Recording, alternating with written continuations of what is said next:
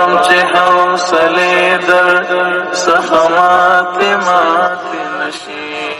په اسکارو او په معصوره دعاګانو کې بله دعا د دواړو جهانو د سالار صلی الله علیه و آله وسلم مبارک صدا را نقل. دا دعا هغه وخت غوښتل کیږي ویل کیږي کله چې انسان ته خوب رټ سي، خوب نه ورځي. د دعا الفاظ او لنډه لفظي ترجمه او تشریح دا ده: اللهم غارت النجوم وهدات العيون وأنت حي قيوم لا تأخذك سنة ولا نوم يا حي يا قيوم أهد الليل وأنم عيني. یو پله بیا دا دعا تاسو ته وایم: اللهم غارت النجوم وهدات العيون وأنت حي قيوم لا تأخذك سنة ولا نوم يا حي يا قيوم أهد الليل وأنم عيني. د دعا تشریح دا ده، لنډ لفظي ترجمه: اے الله رب العزت، ستوري پټ سوله او سترګې آرامې سوې ویدې سوې، او اے رب ته داسې ذات یې چې ژوندی او قایم ساتونکی ذات یې. تا ته نه خوبجن کېدل درځي او نه هم خوب ولا نومون. اے ژوندی او قایم ذات، زما دا شپه آرامه کړه او زما سترګو ته خوب راولې. یا الله ما ویده کړې په آرام او په سکون.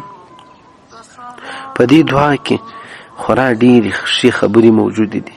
کله چې نبی علیه الصلاة والسلام په دغه ټیم کې دا دعا ښوولې ده او غوښتلې ده، نو په دعا کې یو دا ټکی پکښې کې دي چې د الله په قدرت انسان باید ایمان ولري. د الله رب العزت پر قدرت باندې ایمان درلودل دا په دې دعا کې ذکر شوي دي. لکه انسان چې کله د الله رب العزت په قدرت باور وي نو الله ته دعا کوي. هغه که انسان بې خوب وي، که هغه پریشاني، که هغه بې سکوني، د اضطراب او د بېچیني په حالت کې، نو په دې ټیم کې انسان دا دعا کوي او دا اقرار کوي چې ای الله، نور انسانان تا آرام کړل، یا الله ستوري م پټ سول، خدای د سکون او د اطمینان ټیم دی. یا الله، خوب هم د الله رب العزت یو لوی رحمت دی. پروردګاره ته داسې ذات یې، یوازې ته چې ته نه ویده کېږي. یا الله، ته خوب ته ضرورت نه لري، حاجت نه لري. انسان چې خوب نه کوي نه ویښه کېږي او د ټول کائناتو نظام ته چلی. پروردګاره، زما خوب راوستل، ما ته سکون را نصیب کول ستا په قبضه او په قدرت کې دي. ای پروردګاره، ما په سکون او په آرام کې یا الله ما ویده کړي. نو څوک چې د الله رب العزت په قدرت باندې باور او ایمان نه لري، نو هغه د دې دعا د غوښتلو سره څه یو لوی ټکی په دې دعا کې دا سته.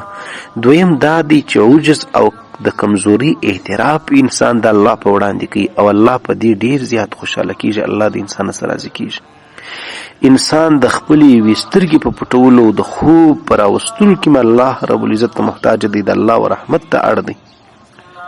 نو که په څوک په پوره عاجزۍ سره، په خاکساري سره خپل ضرورت الله ته په داسې عجز او خاکساري باندې وړاندې کړي، خامخا به هغه ضرورت به الله پاک ورپوره کوي. همدارنګه په دې دعا کې دریم ټکی دا دی چې نن وخت کې اکثره خلک هغه د بېخوبۍ ښکار ځکه کېږي چې د ذهني فشار، د تشویشو، د فکرو له امله د وجې د انسان خوب وتښتېږي. انسانان پریشاني، انسانانو فکرونه خرابي، انسان په چورتو په فکرو کې مبتلا وي. له دې وجې خلک ډپریشن چې کوم ورته وایي، د ډپریشن ناروغان دي انسانانو. نو په دعا کې د الله رب العزت په رحمت باندې دا غوښتل سوي دي: اهد الليل، زما شپه آرامه کړه. کله چې د الله رب العزت خوښه سي، بېشکه د الله په قدرت کې دا شته چې الله سکون درته وبخښي چې هر څنګه پریشاني الله دې دا غوڅه وساتي، الله دې آرامي او سکون در په نصیب کړي. دا دعا انسان باید په پوره یقین او په توجه او پوره اخلاص باندې ووایي. دی نه لکه هغه مرغه ته چې انسان خبرې ور زده کړي چې وایي خو نور په معنا سر نه خلاصېږي، نور یقین نه وي، نور د هغوی د مقصد سره څه کار، خو صرف هغه خبرې 5 تورې زده کړي. دا رنګه ویل بیا انسان ته پیدا نه کوي. همدارنګه د دې دعا سره باید انسان نور د خوب وخت کې هغه سنت طریقې لکه هغه نور اذکار چې موږ تاسو وویل، همدارنګه اودس، همدارنګه ذکر کول، همدارنګه مسنون دعاوې لکه خاص کر آیت کرسی، سورۃ اخلاص، سورۃ فلق، سورۃ ناس، دا باید انسان ووایي، په دې ټینګ کې ویده شي. غالب ګمان مې دی چې 100 پیری کلمه به انسان نه پوره کړي چې انسان به ویده سوی، 100 واره به انسان سبحان الله استغفر الله نه ویلی چې انسان ته به خوب راغلی. همدارنګه هغه اسباب ترکول ضروري دي چې کوم اسباب د خوبي سبب کیږي، ظاهري اسباب چې ورته وایي، لکه د خوب په وخت موبایل استعمالول او یا ګپه کول یا چای څښل یا نور داسې کارونه کول چې هغه د بې خوبۍ سبب ګرځي. نو خامخا به دا دعا بیا سکون در په نصیب کړي. د دې دعا نور او برکت به تاسو ویني. د دعا الفاظ یو بیا درته وایم: اللهم غارت النجوم وهدات العيون وأنت حي قيوم لا تأخذك سنة ولا نوم يا حي يا قيوم أهد الليل وأنم عيني.